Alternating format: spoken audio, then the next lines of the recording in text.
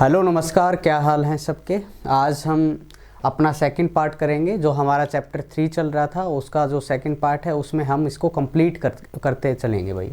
ठीक है, तो इसमें दो चीज़ें रहती थी। मैंने पिछले वीडियो में भी आपको बताया था। पिछली बार हमने पढ़ा था उसके जो रहने का तरीका था, उनका जो अवस्थाएं थी, ठीक है ना, उनके जो स्थान थे उनके बारे में हमने पढ़ा था। आज हम ताम्रपाषाण अवस्था का महत्व के बारे में पढ़ेंगे और दुर्बलताएं पढ़ेंगे। ठीक है ना, उनकी दुर्बलताएं क्या थी, किन किन चीज़ों से वो परिचित नहीं थे या किसी चीज़ का अच्छे से उपयोग नहीं कर पाए या उनका फ़ायदा नहीं उठा पाए। फिर हम पढ़ेंगे उनकी निधियाँ और गैरिक मृद भांडों के बारे में। जो निधियाँ थी और गैरिक मृद भांड अवस्था है उसके बारे में हम चर्चा करेंगे। तो चलिए हम सब मिलकर के इसको समझते हैं। बिल्कुल ही अच्छा चैप्टर है और आज इसको हम कंप्लीट करते चलेंगे। अब सबसे पहले बात करते हैं अवस्था का महत्व क्या है। ठीक है, तो फर्स्ट पॉइंट में देखिए, जलोढ़ मिट्टी वाले मैदान। कौन से मैदान? जलोढ़ मिट्टी वाले मैदान। ठीक है, जलोढ़ मिट्टी वाले मैदान और घने जंगलों वाले, जो घने जंगल हैं जहाँ पे, ठीक है ना, वन हैं, उन क्षेत्रों को छोड़कर प्राय देश भर में ताम्रपाषाणिक लोग रहते थे। ठीक है ना, ताम्रपाषाण संस्कृतियों के लोग क्या करते थे, अवशेष मिले हैं, रहते थे। ठीक है ना, जलोढ़ मिट्टी, सेकंड पॉइंट देखिए, जलोढ़ मिट्टी वाले मैदानों में भी जलाशय के किनारे कई ताम्रपाषाण बस्तियां। अब जैसे मैंने पहले भी आपको बताया था कि ये लोग रहते ही वहीं थे। एक तो पथरीली मिट्टी जो होती है, एक तो वहाँ ज़्यादातर मिलते हैं। दूसरा जो नदियाँ हैं, नदियों के किनारे बहुत रहते थे। अब नदियों के किनारों पर जैसे फसल उगाते थे वो, वहाँ पे उनको पानी की भी व्यवस्था होती थी, सब कुछ होता था, तो वहीं पे ज़्यादातर उनके अवशेष मिलते हैं। ठीक है ना, कई बस्तियाँ मिली हैं और हमें मालूम पड़ता है कि इनमें से अधिकतर लोग तांबे के पिघलाने की कला जानते थे। तांबे जानते थे, इसीलिए वो अलग अलग तांबे को के आकार दे करके अलग अलग चीज़ों का वो निर्माण करते थे। ठीक है ना, बहुत सारे अंगूठियों का भी निर्माण वो करते थे, मूर्तियाँ भी बनाते थे, ऐसी चीज़ों का वो निर्माण करते थे। तो बगैर पिघलाए तो तांबे का ऐसी चीज़ें हम नहीं बना सकते। तो इससे हमें मालूम पड़ता है कि वे लोग तांबे को पिघलाना अच्छे तरीके से जानते थे। तो देखिए भाई, पर मध्य गंगा, ठीक है ना, मध्य गंगा क्षेत्र ताम्रपाषाणिक संस्कृति में तांबे के औजार बहुत कम मिलते हैं। ठीक है ना, कहाँ पर? मध्य गंगा वाले क्षेत्रों में तांबे के बनाए हुए कुछ औजार जो हैं वो बहुत ही कम मिलते हैं। पश्चिमी भारत और मध्य भारत की संस्कृति में वह अधिक मिलते हैं। पश्चिमी भारत, ठीक है ना, और मध्य भारत में सबसे ज़्यादा मिलते हैं। तो ये बिल्कुल छोटी छोटी बातें, बेसिक बातें हैं और महत्वपूर्ण जानकारी है। तो थर्ड पॉइंट देखिए, लगभग सभी ताम्रपाषाण जो समुदाय हैं ये चाकों पर बने काले व लाल मृद भांडों का प्रयोग करते थे। चाक मैंने कल वाली वीडियो में भी समझाया था, दो गोल गोल जो होता है काठ का बना होता है, जिसके ऊपर घड़ा बनाने वाला उसको घुमाता है बार बार, उसके ऊपर गिल्ली मिट्टी रख करके और एक घड़े का निर्माण करता है। तो उस टाइम पे भी चाकों पर क्या बनाए जाते थे, घड़े बनाए जाते थे और काले और लाल मृद भांड जैसे बर्तन बनाए जाते थे मिट्टी के। कैसे? काले व लाल मिट्टी के। ठीक है ना, उनके विकास की प्राक कांस्य अवस्था, ठीक है ना, प्राक हड़प्पाई कांस्य युगीन अवस्था, ठीक है ना, देखते हुए कम पाते हैं। चित्रित मृद भांडों का सबसे पहले इस्तेमाल करने वाले वे ही थे। ठीक है ना, चित्रित मतलब उसके ऊपर जैसे अलग अलग कलाएं कर दी। ठीक है ना, एक ऐसी आकृति बना दी, कोई पशु की आकृति बना दी, कोई मोर की आकृति बना दी, या सफ़ेद रेखीय चित्रण कर दिए। ठीक है ना, ऐसे वो चीज़ें बनाते थे और यही लोग थे जो सर्वप्रथम उनका इस्तेमाल करते थे। फिर देखिए भाई, सबसे पुरानी बस्ती संभवतः मालवा। एक तो मालवा ये याद रखेंगे, महाराष्ट्र में है ये। ठीक है ना, और मध्य भारत में थी, जैसे काल्था और एरण, ये दो बस्तियों के आप हमेशा याद रखिए, ये सबसे पुरानी बस्तियां मानी जाती हैं। ठीक है ना, सबसे पुरानी बस्तियां इस ताम्रपाषाण अवस्था की मानी जाती हैं।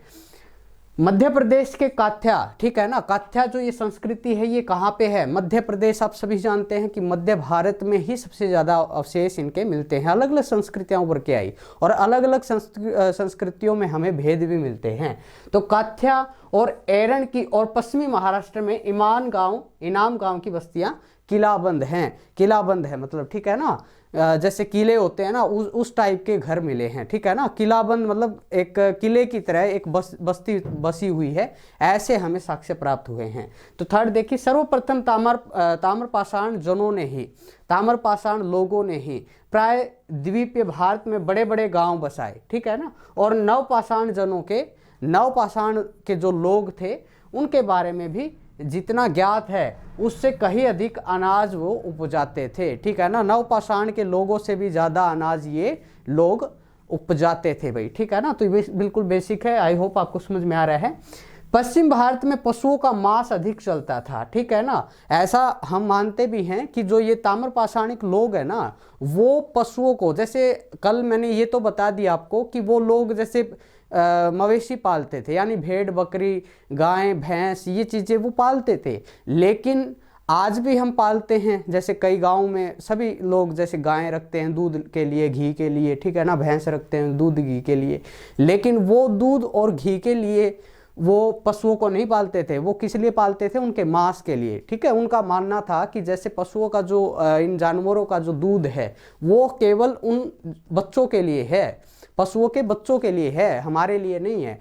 तो इससे जाहिर होता है कि वो अपने मांस के लिए ही उन मवेशी पालते होंगे, ठीक है ना।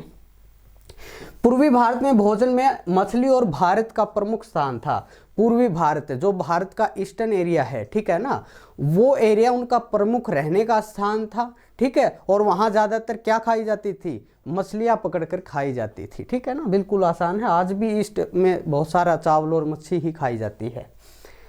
अब देखिए अब दुर्बलताओं के बारे में हम पढ़ते हैं, दुर्बलताओं के बारे में पढ़ते हैं। अभी तक महत्व के बारे में पढ़ रहे थे, अब दुर्बलताएं क्या थी। अब जो ये मांस वाली बात थी या पशुओं को धोते नहीं थे, ठीक है ना, तो ये दुर्बलताएं तो थी। तो फर्स्ट देखिए, ताम्रपाषाण युग के लोग मवेशी भेड़ बकरे पालते थे और उन्हें अपने आंगन में ही बांध कर रखते थे। ये तो आज भी ऐसा ही, एक तकरीबन गांव ऐसे ही करते हैं, अपने पालतू पशुओं को वो अपने आंगन में ही बांधते हैं। तो वो लोग भी ऐसे ही करते थे, तो इससे आपको ये याद रहेगा भाई। सेकंड पॉइंट देखिए शायद वे पशुपालन मांस के लिए करते थे, ठीक है ना, जैसे कि मैंने पहले बताया ये दुर्बलताएं थी, ठीक है। हो सकता है मांस के साथ साथ अगर वो दूध घी के लिए भी अगर पशुओं को पालते तो कुछ ना कुछ वो हम समझदारी समझते उसमें, लेकिन वो ऐसा नहीं करते थे। दूध पीने के लिए या घी आदि बनाने के लिए उनको धोते नहीं थे, जैसे कि मैंने पहले बताया, मैं बार बार इसको रिपीट नहीं करूँगा।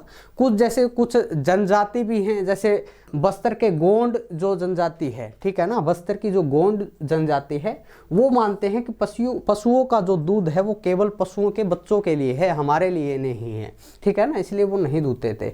इस कारण ताम्रपाषाण युग के लोग पशुओं से पूरा फायदा नहीं उठा सके, ठीक है ना, पूरा फायदा नहीं उठा सके, ये कहना चाहता था। बिल्कुल ही अगर आपने ध्यान से सुन लिया होगा तो एज ए स्टोरी आप सुन रहे हो तो आपको ये बातें याद रखेंगे। दुर्बलताएं थी ये इसकी ताम्रपाषाण लोगों की। ताम्रपाषाण युग के जो लोग मध्य और पश्चिमी भारत के काली कपास मिट्टी वाले क्षेत्र में रहते थे, गहन या विस्तृत पैमाने पर खेती नहीं कर पाए, ठीक है ना, ये दुर्बलताएं थी, ठीक है ना। उस एरिया में, उस क्षेत्र में अगर चाहे तो और भी वो खेती कर सकते थे, लेकिन वो नहीं कर पाए। फोर्थ पॉइंट देखिए, ताम्रपाषाण स्थलों में न हल और न फावड़ा, ठीक है ना तो हल और ना फावड़ा, जिसको हम हो बोलते हैं, ये नहीं पाया गया। वे अपने जमीन खोदने वाले डंडे, ठीक है ना, जो हमें पूरा पाषाण में भी इनका जिक्र मिला था, जो जमीन खोदाई करते थे वो फावड़े से या हल से नहीं करते थे, वो क्या करते थे, डंडा रखते थे, ऐसे ऐसे डंडा, ठीक है ना, उससे वो क्या करते थे, जमीन की खुदाई करते थे और अपना अनाज उगाते थे, ठीक है ना, जिसको हम डिगिंग स्टिक बोलते हैं। क्या बोलते हैं, डिगिंग स्टिक बोलते हैं, डिगिंग स्टिक बोलते हैं भाई, ठीक है ना। ये था, बाकी इसमें हल और फावड़े का हमें कहीं पे भी अवशेष नहीं मिलते हैं। ये पत्थर का छिद्र चक्का, ठीक है ना, दबाव के लिए लटका देते थे और इसके केवल झूम खेती कर पाते थे, इससे केवल क्या कर पाते थे, झूम खेती ही कर पाते थे। आई होप आपको समझ में आया होगा। नेक्स्ट देखिए, दुर्बलताओं में ही आगे देखिए, काली मिट्टी में गहन और व्यापक खेती के लिए लोहे के उपकरणों का प्रयोग अवशेष था, जिनका स्थान ताम्रपाषाण संस्कृति में था ही नहीं, ठीक है ना, कि वो और अच्छे से कृषि को बढ़ावा दे सके और अच्छी फसल उगा सके, तो ऐसे अवशेष हमें नहीं मिलते हैं। पश्चिमी महाराष्ट्र में बड़ी संख्या में बच्चों के समाधानों में ताम्रपाषाण संस्कृति की आम दुर्बलताएं प्रकट होती है। ठीक है ना, समाधान, ठीक है ना, ये समझ रहे हो ना, बच्चों के समाधान। ये मैंने कल भी बताया था कि काफ़ी सारी बच्चों की कब्रें जब हमें मिलती है तो उसमें अलग अलग हमें भेद देखने को मिलता है। थर्ड पॉइंट देखिए, पोषाहार की कमी। ठीक है ना, पोषाहार की कमी, चिकित्सा के ज्ञान का अभाव। ठीक है, उनको इतना ज्ञान नहीं था। अगर हम चिकित्सा की बात करते हैं तो वो उनके अंदर नहीं था, कोई भी वैद्य नहीं था, कोई ऐसा जड़ी या दवाई पानी नहीं थी उनके पास। पोषाहार की कमी थी भाई। ठीक है ना, महामारी का प्रकोप इसका कारण हो सकता है, ऐसे बड़े बड़े जो इतिहासकार हैं वो मानते हैं। वैज्ञानिकों का मानना है कि पोषाहार की कमी थी, चिकित्सा का अभाव था, महामारी का प्रकोप था और ताम्रपाषाण संस्कृति का सामाजिक और आर्थिक ढांचा आयुर्वर्धक नहीं हुआ। ठीक है ना, आयुर्वर्धक मतलब ज़्यादा बड़ा नहीं हुआ। ठीक है ना, तो ये चीज़ें थी। बाकी अगर हम बात करते हैं आज से सिमिलर बातें अगर मैं करता हूँ तो वो अपना खाना जैसे पकाने के लिए, ठीक है ना, पकाने के लिए खाना रखने के लिए अलग अलग भांडों का इस्तेमाल करते थे। ठीक है ना, अलग अलग भांडों का इस्तेमाल करते थे। जैसे आज हम कौन कौन से भांड, मतलब अगर बर्तन की बात करता हूँ तो कौन कौन से करते हैं वो लोग, जैसे आज भी हम थाली का प्रयोग करते हैं तो वो भी थाली का प्रयोग करते थे भाई। ठीक है ना, लोटे का प्रयोग करते थे। ये हमें साक्ष्य प्राप्त होते हैं कि वो लोग भी ऐसे ऐसे बर्तनों का इस्तेमाल वो अपने खाना बनाने, खाना पकाने, ठीक है ना, खाना रखने के लिए, खाने पीने के लिए ये अलग अलग भांडों का प्रयोग करते थे। तो ये हमें साक्ष्य प्राप्त होते हैं। नेक्स्ट देखिए, ताम्रपाषाण युग के लोग लिखने की कला नहीं जानते थे और न ही वे नगरों में रहते थे। ठीक है ना, ताम्रपाषाणिक लोग नगरों में नहीं रहते थे, ना वो लिखना जानते थे। ठीक है ना, उनको अक्षर लिपि का ज्ञान नहीं था। जबकि कांस्य युग के लोग नगरवासी हो गए थे। कांस्य युगीन जो मैं बोल रहा हूँ वो हड़प्पाई लोग थे। ठीक है ना, जो इससे नेक्स्ट ही चैप्टर हम पढ़ेंगे, बहुत ही इंपॉर्टेंट चैप्टर है वो।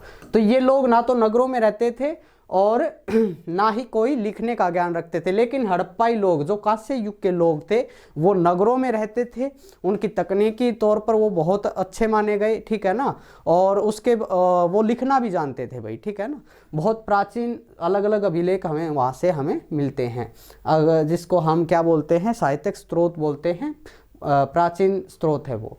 सेकंड पार्ट देखिए, ताम्रपाषाण संस्कृति तत्व ग्रामीण पृष्ठभूमि पर खड़ी थी। ठीक है ना, इसके जीवन की सारी अवधि में तांबा सीमित मात्रा में ही उपलब्ध रहा और धातु के रूप में तांबा कुछ सीमित ही कम काम दे सकता था। ठीक है ना, तांबा ही इसमें ज़्यादातर था या पत्थर था। बाकी कुछ एक चीज़ों पर, जैसे हम राजस्थान में कुछ क्षेत्र मैंने बताए थे, वहाँ पे कुछ परतें हमें कांस्य की भी मिली, लेकिन ऐसा आगे नहीं हुआ। ठीक है, तो ये ज़्यादातर तांबे पर ही थे, तांबे की ही चीज़ें वो बनाते थे, तांबे के ही औजार बनाते थे। दफनाते टाइम भी कुछ ना कुछ कब्र में शव के साथ वो तांबे की ही चीज़ रखते थे, वस्तुएं रखते थे। तो ठीक है ना, तांबे का बना औजार लचीला होता था। ठीक है ना, लोग तांबे में टीन को मिश्रित करके कांसा बनाना नहीं जानते थे। ठीक है ना, ये ऐसी उनके अंदर ऐसी स्किल नहीं थी। ठीक है ना, जो तांबे से अधिक मजबूत और उपयोगी होता है। ठीक है ना, जो टीन मिला करके जो कांस्य हम बनाते हैं, तांबे के अंदर टीन मिला करके, वो क्या होता है, ज़्यादा मजबूत होता है। ठीक है ना, लेकिन वो इस चीज़ को नहीं जानते थे। नेक्स्ट देखिए, अब बात करते हैं अंतिम पॉइंट की, ताम्र निधियाँ और गैरिक मृत भांडों के बारे में पढ़ेंगे। अलग अलग तरह के बर्तनों का जैसे वो उपयोग करते थे, रेखीय या चित्रित मृत भांड प्रयोग करते थे, अलग अलग चीज़ों के बारे में हम पढ़ते हैं। फर्स्ट पॉइंट देखिए, 40 से अधिक ताम्र निधियाँ, जैसे ताम्र उपकरणों की जखीरे, ठीक है ना, जिसमें अंगूठी, सेल्ट, कुठारी, खड़ग, हारपुन, शूल, आदमी जैसी मूर्तें, ठीक है ना, जैसे मैंने आपको बताया चीज़ें हैं। और पूर्व में बंगाल और उड़ीसा से लेकर पश्चिम से गुजरात और हरियाणा तक तथा दक्षिण के आंध्र प्रदेश से लेकर उत्तर प्रदेश तक ये विशाल भूभाग बिखरी पाई जाती हैं। अलग अलग छोटी छोटी चीज़ें तांबे की बनी हुई, ये चीज़ें हमें मिलती हैं पूरे भारत में। ठीक है ना, सेकंड पॉइंट देखिए, सबसे बड़ी निधि मध्य प्रदेश के गुंगेरिया, ठीक है ना। ये ऐसे ऐसे जो स्थान है वो एक बार ध्यान से देख लीजिए, ताकि आपको कहीं ना कहीं अगर ये मिलते हैं तो एक 50-50 आइडिया हो जाए, ठीक है ना। प्राप्त हुई जिसमें 424, ये आंकड़े हैं, कुछ एक आंकड़े हैं भाई, जैसे 424 तांबे के औजार और हथियार, ठीक है ना, और 102 चांदी के पतले पत्थर, ठीक है ना, पत्थर जो होते हैं। लेकिन इन ताम्र निधियों में से लगभग आधी गंगा यमुना दो आब का मतलब होता है दो नदियां, ठीक है ना, दो आब के केंद्रित हैं। अन्य क्षेत्रों में जहां तहां तांबे के हारपून, दुसिंगी तलवार और मानव मूर्तियां मिलती हैं, ठीक है ना। ये इंपॉर्टेंट तथ्य थे भाई और आंकड़े थे जो कि आपको याद रखने हैं। और ये छोटी छोटी जो चीज़ें बनी हुई थी वो हमें मिलती, पूरे पाषाण में ये फैली हुई है, पूरे भारत में ये पाषाण कालीन चीज़ें फैली हुई हैं। फिर देखिए नेक्स्ट, इन उपकरणों से यह स्वतः सिद्ध होता है, हमें मालूम पड़ता है कि तांबे के कारीगरों को अच्छी तकनीकी जानकारी प्राप्त हो चुकी थी। आहिस्ता आहिस्ता जैसे जैसे कांस्य युगीन नज़दीक आता रहा उसके साथ तो लोगों की तकनीकी भी बढ़ी। पश्चिम उत्तर प्रदेश के 2 स्थानों में कई खुदाई के इनमें कुछ वस्तुएं गैरिक मृद भांडों और कच्ची मिट्टी के घर दीवारों के साथ मिलते हैं। एक स्थान में कहीं कहीं पक्की ईंटें टुकड़े भी पाए गए और खुदाई के पत्थर के औजार भी मिलते हैं। इन बातों को यह प्रकट होता है कि ताम्र निधियों में पत्थर के औजारों के साथ साथ मिले तांबे के इन उपकरणों का प्रयोग करने वाले लोग स्थायी जीवन बिताने वाले थे। तो इनसे जो मिली हुई जानकारी से हमें ये प्राप्त होता है कि वो स्थायी जीवन ही जीने वाले लोग थे, ठीक है ना, एक जगह रुककर जीने वाले। ये खानाबदोशों की तरह ये एक स्थान से दूसरे स्थान पर नहीं घूमते थे, ये स्थायी जीवन जीने वाले लोग थे। उन ताम्रपाषाण कृषकों को शिल्पियों में थे और जो दो आब एक बड़े भाग में सबसे पहले बसे, ठीक है ना। 2 आब मैंने जैसे बताया 2 नदी, ठीक है ना, 2 नदियों को हम क्या बोलते हैं, 2 आब बोलते हैं, ठीक है।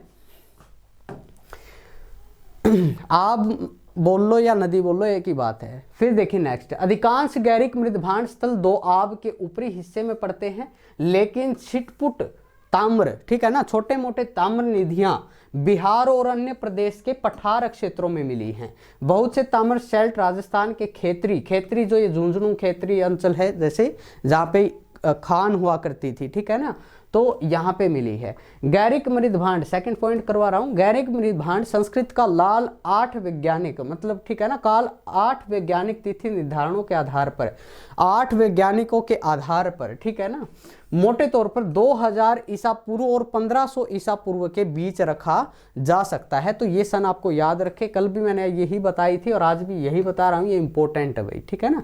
जब गैरिक मृदभांड बस्तियां समाप्त हुई उस समय में लगभग 1000 ईसा पूर्व यानी कि 1000 BC 2 आब में कोई खास बस्तियां नहीं दिखाई देती, ठीक है ना, ये धीरे धीरे लुप्त होती जाती हैं। गैरिक मृदभांड वाले लोग हड़प्पाई लोगों के सामाजिक थे और जिस गैरिक मृदभांड वाले क्षेत्रों में रहते थे वे हड़प्पाई के क्षेत्र में बहुत दूर तक नहीं हैं। इसलिए हम गैरिक मृदभांड वाले लोगों को कांसे का प्रयोग करने वाले हड़प्पाई लोगों के बीच कुछ आदान प्रदान के अनुमान कर सकते हैं, ठीक है ना। उन लोगों के पास और नगरीय जो संस्कृति थी हमारी, जैसे हड़प्पा या कांस्य युगीन हम बोलते हैं, उनके बीच में आदान प्रदान की हम अनुमान लगा सकते हैं, ठीक है ना। ये था भाई चैप्टर आपका जो कि आज कंप्लीट हो गया। ये 2 पार्ट में ताम्रपाषाण जो इसका ओवरऑल निचोड़ है ना वो इसमें मैंने करवाया है आपको। आई होप आपको सभी को समझ में आया होगा। बाकी अदर फैकल्टीज भी है हमारे पास, अदर सब्जेक्ट की, जो कि आप देख रहे हो, तो इनके रिटर्न नोट्स या कुछ ऐसी जानकारी लेने के लिए आप इन दिए गए नंबर पर कॉल कर सकते हैं, क्वेरी ले सकते हैं। और मेरे ख्याल से आप सभी को समझ में आया होगा। अगर आपने पूरा लेक्चर देखा है और थोड़ा सा भी मेरा समझाया हुआ आपको समझ में आया है या आपको थोड़ा सा इम्पोर्टेंट लगा है तो आप इस वीडियो को लाइक करें, उन दोस्तों के पास शेयर करें जो कि C8 एग्ज़ाम की या अलग अलग कॉम्पिटिटिव एग्जाम्स की तैयारी करते हैं, जो प्राचीन हिस्ट्री के बारे में कुछ जानना चाहते हैं। मैं लंबा चौड़ा कोई लेक्चर नहीं बना रहा हूँ, मैं बिल्कुल इम्पोर्टेंट जो हमारे एग्ज़ाम के लिए ज़रूरी है, जो हमें रट्टा ना लगाना पड़े, एक बार पढ़ते हमें याद हो जाए, ऐसा हम लेक्चर तैयार करते हैं। सिर्फ और सिर्फ आपके लिए इतनी मेहनत हो रही है तो आप भी साथ के साथ हमारे को सहयोग दें। आपका बहुत बहुत धन्यवाद। मिलते हैं हड़प्पा सभ्यता के साथ नए चैप्टर के साथ, ठीक है। आपको बहुत बहुत धन्यवाद।